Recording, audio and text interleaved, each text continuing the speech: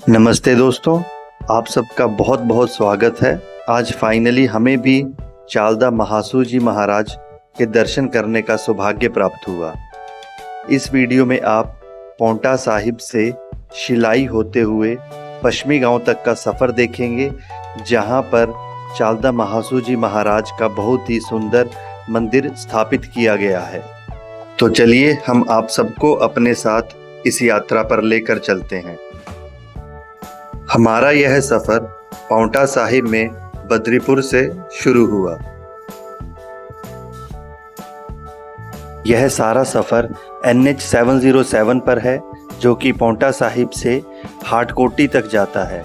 Paonta Sahib district Sirmaur में है और हाटकोटी डिस्ट्रिक्ट शिमला में पड़ता है। और इस रास्ते पर हमें राजबन, सतौन, कमरऊ, कफोटा, शिलाई यह सारे बीच में कस्बे आएंगे। शिलाई से फिर अलग से पश्चिमी गांव के लिए रास्ता कटता है, जो कि शिलाई से लगभग 5 से 6 किलोमीटर की दूरी पर है, जहां पर चालदा महासू जी महाराज विराजे हैं। आप सब वीडियो के अंत तक जुड़े रहें, क्योंकि इस वीडियो में मैंने पूरे रास्ते को कवर करने की कोशिश की है और साथ में शिलाई से जो पश्चिमी गांव के लिए रास्ता कटता है उसको मैंने पूरा कवर किया है, ताकि अगर कोई नया ड्राइवर भी इस रूट पर जाए तब उसे रूट के बारे में पूरी जानकारी प्राप्त हो जाए। तो आप सब पश्चिमी गांव तक का सफ़र देखने के लिए वीडियो के अंत तक जुड़े रहें।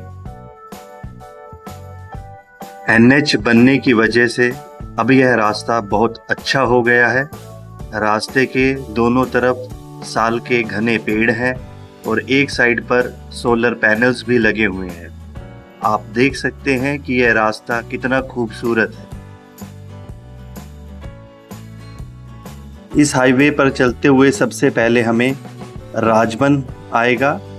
राजबन में ही आपका सीमेंट कॉरपोरेशन ऑफ इंडिया, जो कि CCI के नाम से जाना जाता है, उसकी फैक्ट्री है।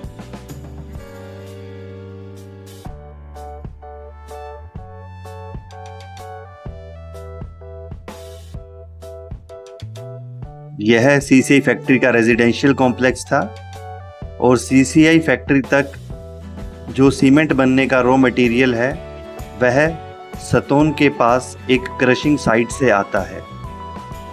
जो भी सीमेंट बनने के लिए रॉ मटेरियल है, जैसे कि लाइमस्टोन हो गया, जिप्सम हो गया, वह सब ये सामने जो आपको ट्रॉलीज दिख रही हैं, इनके थ्रू सतौन से राजबन तक लाया जाता है। और इन ट्रॉलीज का जो रॉ मटेरियल है वह सड़क से जाती हुई गाड़ियों पर ना गिरे, उसके लिए यह सारे ओवरब्रिज बने हुए हैं। आपको इस तरह के ओवरब्रिजेस सतौन तक बहुत सारे दिखाई देंगे और इस तरह की ट्रॉलीज बहुत बार आपके रोड को क्रॉस करती हुई मिलेंगी।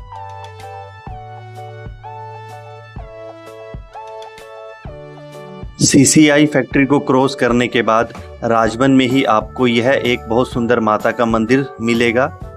मंदिर तक पहुंचने के लिए आपको कुछ सीढ़ियां चढ़नी पड़ती हैं और मंदिर साल के घने जंगल के बीच में है।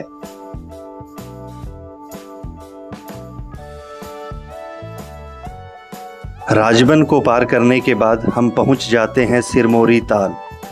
सिरमौरी ताल किसी ज़माने में सिरमौर रियासत की राजधानी हुआ करती थी, लेकिन एक नर्तकी के श्राप के कारण यह गिरी नदी में आई बाढ़ के कारण डूब गई और आज भी इस जगह की जो ज़मीन है वह थोड़ी थोड़ी सरकती रहती है।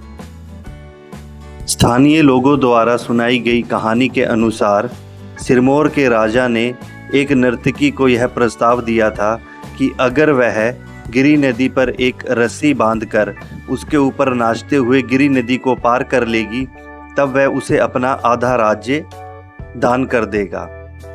नर्तकी ने अपनी कुशलता दिखाते हुए जो रस्सी लगाई गई थी उसके ऊपर नाचते हुए गिरी नदी पार कर ली। तब राजा के जो वजीर था उसने राजा को कहा कि अब आपको अपने कहे अनुसार इसको अपनी आधी रियासत दान देनी पड़ेगी। तब राजा ने उससे पूछा कि इससे बचने का कोई उपाय है। तब वजीर ने राजा को कहा कि आप नर्तकी को दोबारा प्रस्ताव दीजिए कि अगर वह नाचते हुए वापस चली गई तब वह उसको पूरा राज्य दान कर देगा। नर्तकी मान गई, पर जब वह बीच रास्ते में पहुंची तब राजा ने उसकी रस्सी कटवा दी। रस्सी कटने की वजह से नर्तकी नदी में गिर गई और डूबते हुए उसने श्राप दिया, आर पोका पार टोका डूब मरो सिरमौरा दे लोका। इस दिए हुए श्राप की वजह से सिरमौरी ताल डूब गया और सिरमौर के राजा को अपनी राजधानी कालसी शिफ्ट करनी पड़ी। सिरमौर रियासत की सबसे सेफ और फाइनल राजधानी नाहन थी।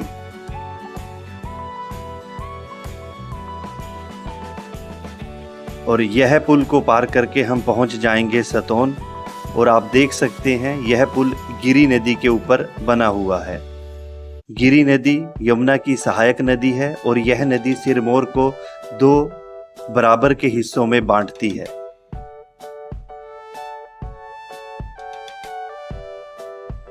सतोन से एक रास्ता श्री रेणुका जी के लिए भी कटता है। यहाँ से जो लेफ्ट में रास्ता जाएगा यह श्री रेणुका जी के लिए जाता है। और इस रास्ते को देखने के लिए आप मेरा हरिपुर धार में स्थित माता भंगायनी देवी तक का जो रास्ता है वह वाली वीडियो देख सकते हैं। हमें शिलाई जाना था तो हम इस रोड पर सीधे चलते रहे। सतोन से थोड़ी आगे निकलते ही आपको एक राइट में कट मिलेगा पोका गांव के लिए। पोका गांव से भी पोंटा वैली का एक बहुत सुंदर व्यू आता है। और आप मेरे पुराने वीडियो को देख सकते हैं जहां से मैंने सतोन से पोका गांव तक के पूरे रास्ते को दिखाया था। सतोन से थोड़ी ऊपर निकलने पर हमें सतोन का एक बहुत सुंदर व्यू मिला तो हमने गाड़ी साइड में लगाकर उस व्यू को कैप्चर कर लिया। आप देख सकते हैं कि सतोन भी काफ़ी फैल चुका है और सतोन में ही जो क्रशिंग साइट है सीसीआई फैक्ट्री की वह पाई जाती है। सतोन को पार करने के बाद हमें कुछ इस तरह के खूबसूरत नज़ारे देखने को मिले जहां पर ऊंचे ऊंचे पहाड़ दिखाई दे रहे थे और बहुत ही खूबसूरत रास्ता। मैं आप लोगों को यह भी बताना चाहता हूं कि जो सिरमौर डिस्ट्रिक्ट है यहाँ पर अदरक बहुत अच्छी क्वालिटी का लगता है और यह अपने अदरक के लिए मशहूर है। अदरक के साथ साथ ये जो हम रास्ता क्रॉस कर रहे हैं यह पूरी बेल्ट जो शिलाई तहसील में आती है यह अपने लाइमस्टोन के लिए बहुत फेमस है।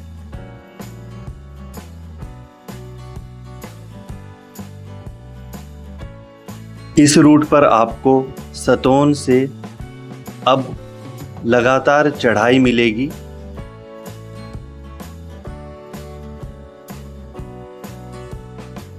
इन खूबसूरत नज़ारों के साथ घुमावदार मोड़ों पर ड्राइविंग करने का अपना ही एक अलग अनुभव है।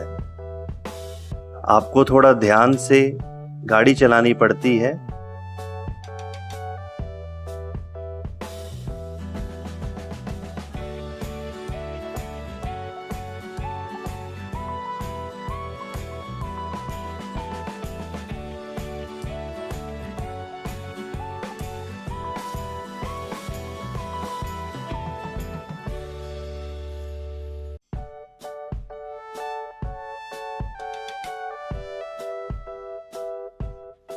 जैसा कि मैंने आपको कहा था कि यह एरिया लाइमस्टोन बेल्ट है तो आपको इस तरह के बहुत सारे क्रशिंग साइट्स इस रोड पर दिखाई देंगी।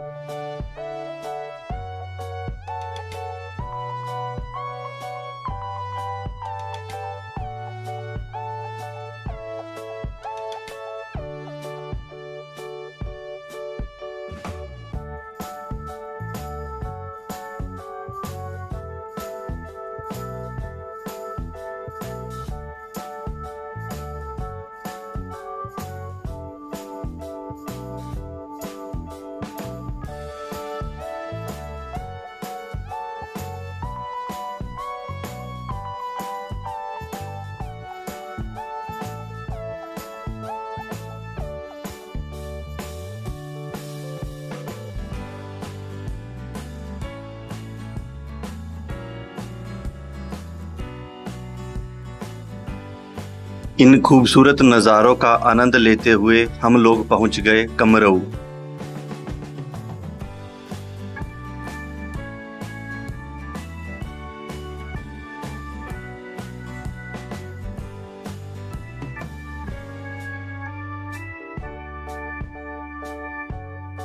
कमरऊ गांव गिरिपार इलाके में आता है और इस गांव की एशिया के रिचेस्ट विलेज होने की हिस्टोरिकल रेपुटेशन भी है। यह रिचेस्ट विलेज इस वजह से भी है क्योंकि यहाँ पर लाइमस्टोन के रिजर्व्स हैं और यहाँ पर बहुत लोगों की अपनी पत्थर की खानें हैं।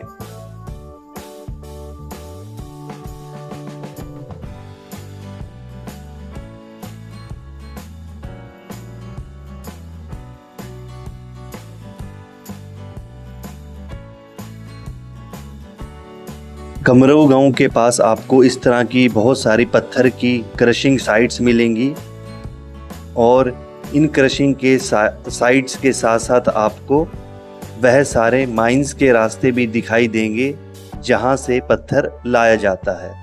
आप देख सकते हैं कि यह जो सामने ऊपर रास्ता जा रहा है यह माइन के लिए जा रहा है जहां से पत्थर काटकर इन क्रशिंग साइट्स तक लाया जाता है।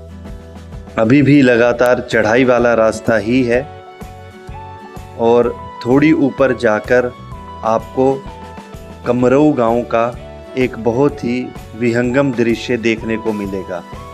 आप देख सकते हैं वह नीचे जो गांव दिखाई दे रहा है वह कमरऊ गांव है और वह है सारा रास्ता NH 707 जिसको पार करके हम अभी आगे बढ़ रहे हैं। कमरऊ से थोड़ी दूरी पर ही आपको सामने पहाड़ की चोटी पर तिलोरधार एरिया दिखाई देगा जहां पर बुद्धिस्ट मोनेस्ट्री भी है। तो अगर आप कमरऊ आएँ तब आप तिलोरधार मोनेस्ट्री के भी दर्शन कर सकते हैं। हमें आगे चालदा महासू जी के जाना था, इस वजह से हम तिलोरधार नहीं गए और अपने रास्ते पर आगे बढ़ गए। तिलोरधार वाला जो कट लगता है उसके आगे अब आपको उतराई मिलेगी।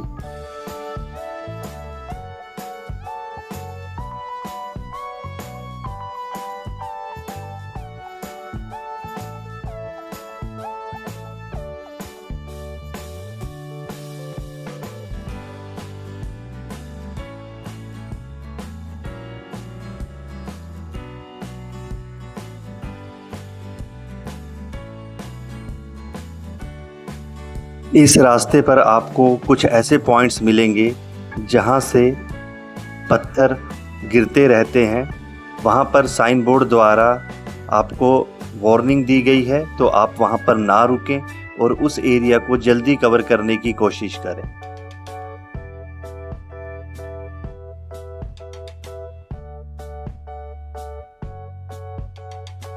इतने अच्छे रास्ते पर ड्राइविंग करते हुए और पहाड़ों का आनंद लेते हुए हम लोग अगले स्टेशन कफोटा तक पहुंच गए।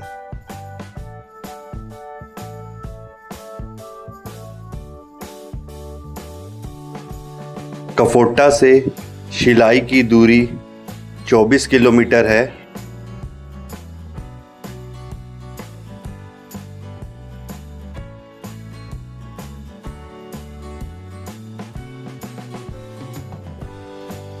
कफोटा से दिखाई देने वाले पहाड़ की चोटी पर हमें मंदिर जैसा प्रतीत हुआ और साथ ही हमें कुछ पुराने घर भी दिखाई दिए।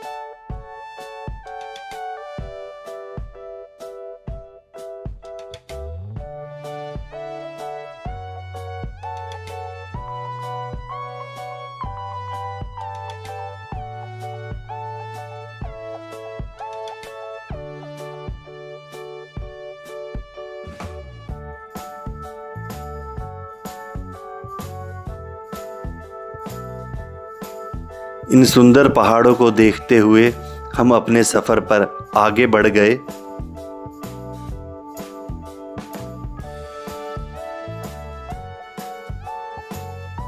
इस रास्ते पर यह जो टटियाना के लिए सड़क ऊपर जाती है, यहाँ पर एक बहुत सुंदर देवदार का जंगल दिखाई दिया। तब हमने रुककर इसको अपने कैमरे में कैद कर लिया। हाईवे से नीचे गांव की सड़क तक जाने के लिए पगडंडियों का एक बहुत सुंदर पैटर्न बना हुआ था।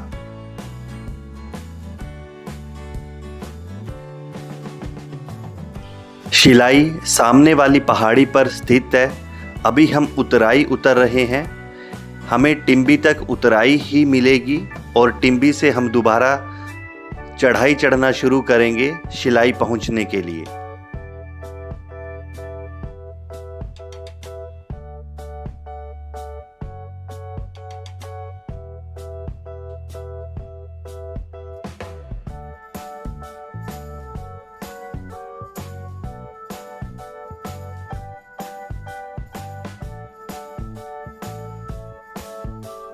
टिम्बी का पुल पार करके हमें दोबारा से चढ़ाई शुरू हो गई और हमने एक जगह चाय के लिए अपनी गाड़ी रोकी।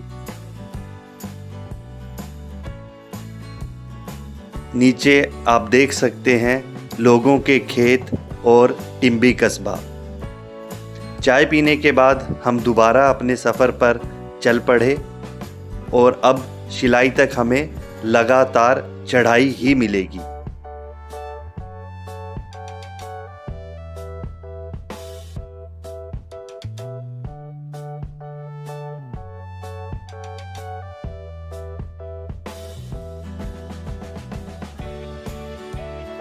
टिम्बी से शिलाई के बीच जो रास्ता है, इसमें आपको अलग ही तरह के नज़ारे देखने को मिलेंगे। इस रूट पर ट्रैफिक बहुत कम है, तो आप आराम से पहाड़ी रास्तों का आनंद लेते हुए और सुंदर नज़ारे देखते हुए अपने सफ़र पर चल सकते हैं।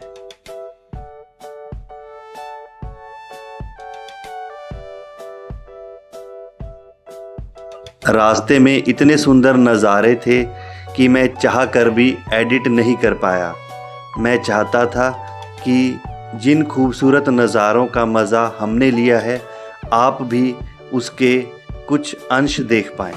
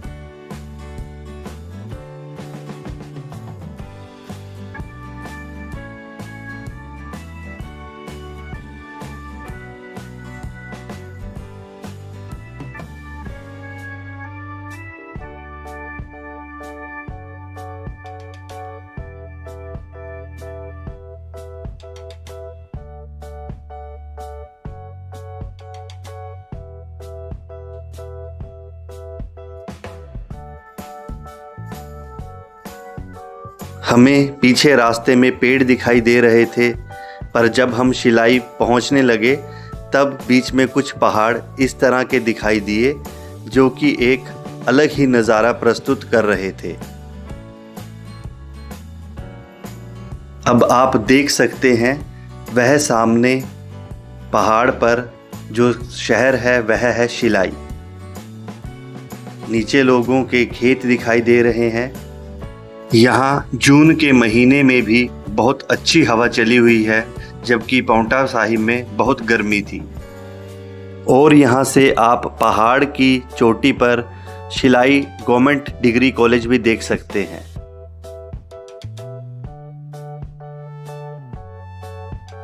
इसके बाद हम लोग शिलाई पहुँच गए और अब हम शिलाई का बाज़ार पार कर रहे हैं।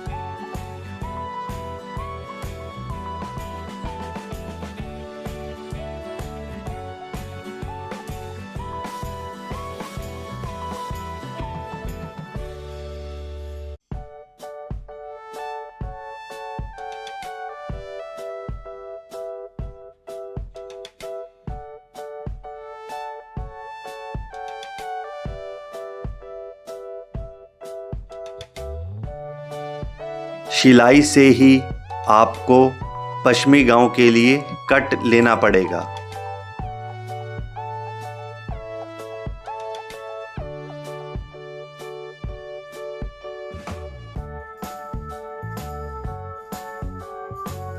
यह सीधा हाईवे आपको हाटकोटी माता के मंदिर तक लेकर जाएगा, बट अब हम शिलाई से ही पश्चिमी गांव के लिए कट जाएंगे। अब यहाँ से आपको राइट कट लेना है। यहाँ पर साइन बोर्ड भी लगा हुआ है जो कि आपको पश्चिमी गांव के लिए डाइवर्ट करेगा। वीडियो थोड़ी लंबी हो गई है और जैसा कि मैंने कहा था कि मैं शिलाई से पश्चिमी गांव तक का पूरा रास्ता आपको कवर करके दिखाऊंगा, क्योंकि शिलाई तक तो आपको पूरा हाईवे मिलेगा, बट जो नए लोग आएंगे उनको शिलाई से पश्चिमी गांव तक का जो रोड है उसका एक आइडिया लगेगा। दोनों तरफ के रास्ते को मैंने बिना एडिटिंग के कवर किया है ताकि आपको रोड का एक बेसिक आइडिया लग पाए। पश्चिमी गांव को जाते वक्त आपको पूरी उतराई मिलेगी और वापसी में शिलाई तक आने के लिए आपको पूरी चढ़ाई मिलेगी। चलिए अब मैं आपको छत्रधारी चालदा महासू जी महाराज के बारे में बताता हूँ और उनकी कहानी सुनते हुए आपका यह जो सफ़र है पश्चिमी गांव तक का वह भी कवर हो जाएगा। चालदा महासू महाराज 4 महासू भाइयों में से एक हैं, जिनकी उत्तराखंड के जौनसार बावर इलाके में और हिमाचल के सिरमौर, शिमला और सोलन जिलों में बहुत मान्यता है। महासू महाराज को शिव भगवान का अवतार माना जाता है और यह भी मान्यता है कि यह जो वेस्टर्न हिमालयाज़ हैं उसकी रक्षा करते हैं। चालदा महासू महाराज बाकी महासू देवताओं से अलग इस वजह से हैं क्योंकि इनका कोई स्थायी ठिकाना नहीं है। यह अपना स्थान बदलते रहते हैं और इनके नए स्थान पर इनके लिए एक नया भव्य मंदिर तैयार किया जाता है। चालदा महासू महाराज का जो पिछला मंदिर था वह उत्तराखंड के दसऊ गांव में था और महाराज जी पहली बार टोंस नदी पार करके सिरमौर जिले के पश्चिमी गांव में पधारे हैं। महाराज जी की पालकी जोर शोर से और श्रद्धालुओं के साथ दिसंबर 2025 में पश्चिमी गांव पहुंची थी और ऐसा माना जाता है कि जब भी छत्रधारी चालदा महासू जी महाराज ने अपना स्थान बदलना होता है तो बकरा जिसे देव चिन्ह के रूप में पूजा जाता है वह महाराज जी के आदेशानुसार नए स्थान पर पहुंच जाता है। उस देव चिन्ह को गांव वाले देखकर जान जाते हैं कि चालदा महासू जी महाराज का क्या आदेश है और वह सारे गांव वाले भव्य नव मंदिर के निर्माण में जुट जाते हैं।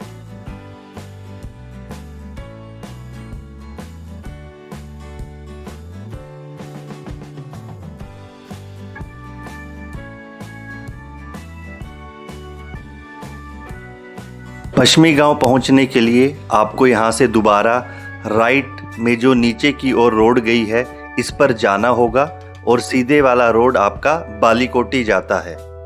आप देख सकते हैं कि जैसे ही आप पश्चिमी गांव के लिए मुड़ते हैं तो नज़ारा कितना सुंदर है।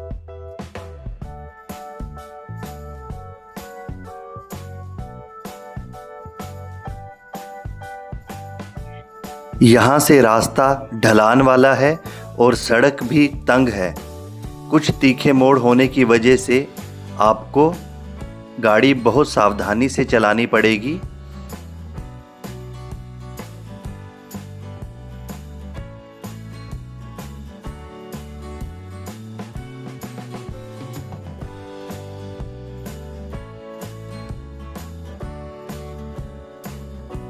जब चालदा महासू महाराज कोई नई जगह चुनते हैं तब उस नई जगह के लोग बहुत उत्साहित होते हैं और बहुत खुश भी होते हैं, क्योंकि चालदा महासू महाराज को न्याय, सुख और समृद्धि का देवता माना जाता है।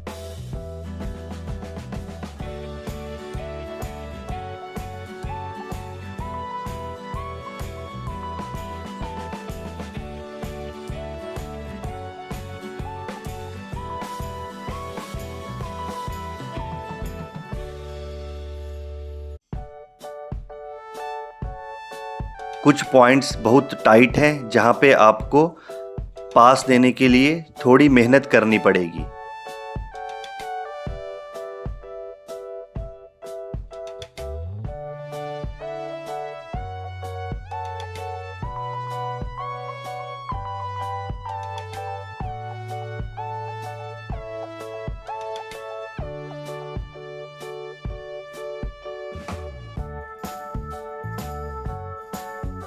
मंदिर परिसर में पहुंचने पर हमने अपनी गाड़ी पार्किंग में लगा दी और यह है मंदिर का एंट्री गेट।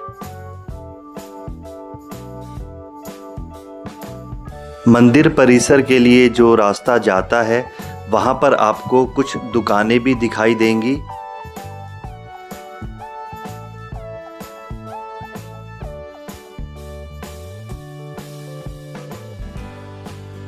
मंदिर के एंट्री पर ही आपको लंगर भवन दिखाई देगा और इन सीढ़ियों से चढ़कर आप इस भव्य मंदिर के दर्शन कर सकते हैं।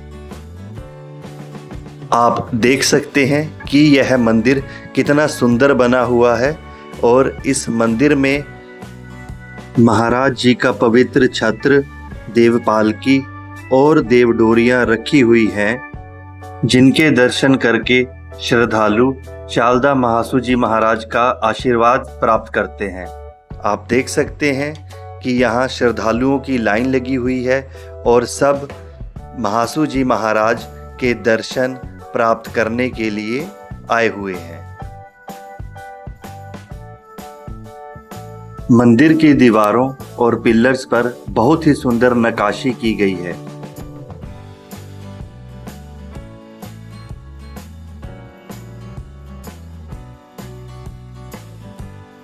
मंदिर से देखने पर नीचे घाटी का बहुत सुंदर नज़ारा दिखाई देता है।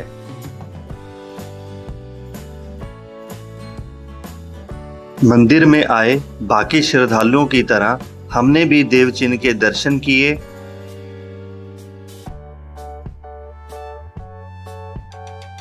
महासू जी महाराज के दर्शन करके और उनसे आशीर्वाद प्राप्त करके हम वापस अपने घर की ओर चल पड़े।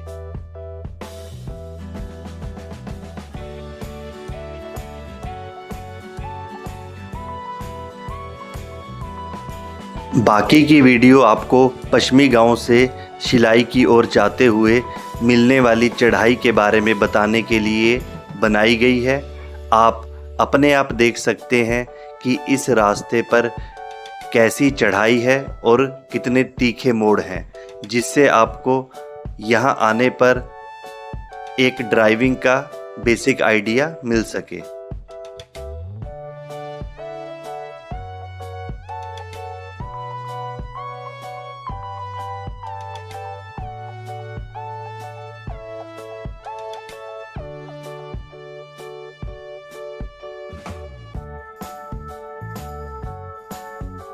यहाँ से नीचे वह चालदा महासू महाराज का मंदिर दिखाई दे रहा है। महासू जी महाराज हम सब पर अपनी कृपा सदैव बनाए रखें। जय हो महासू देवता।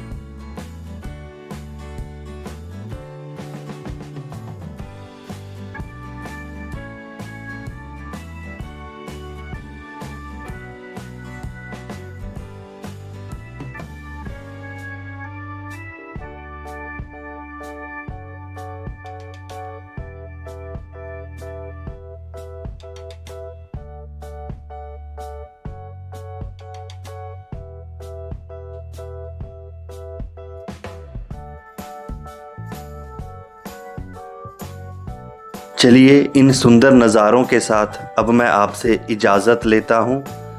अगर आपको वीडियो अच्छी लगी हो तो लाइक कीजिएगा और चैनल को सब्सक्राइब कीजिए। धन्यवाद।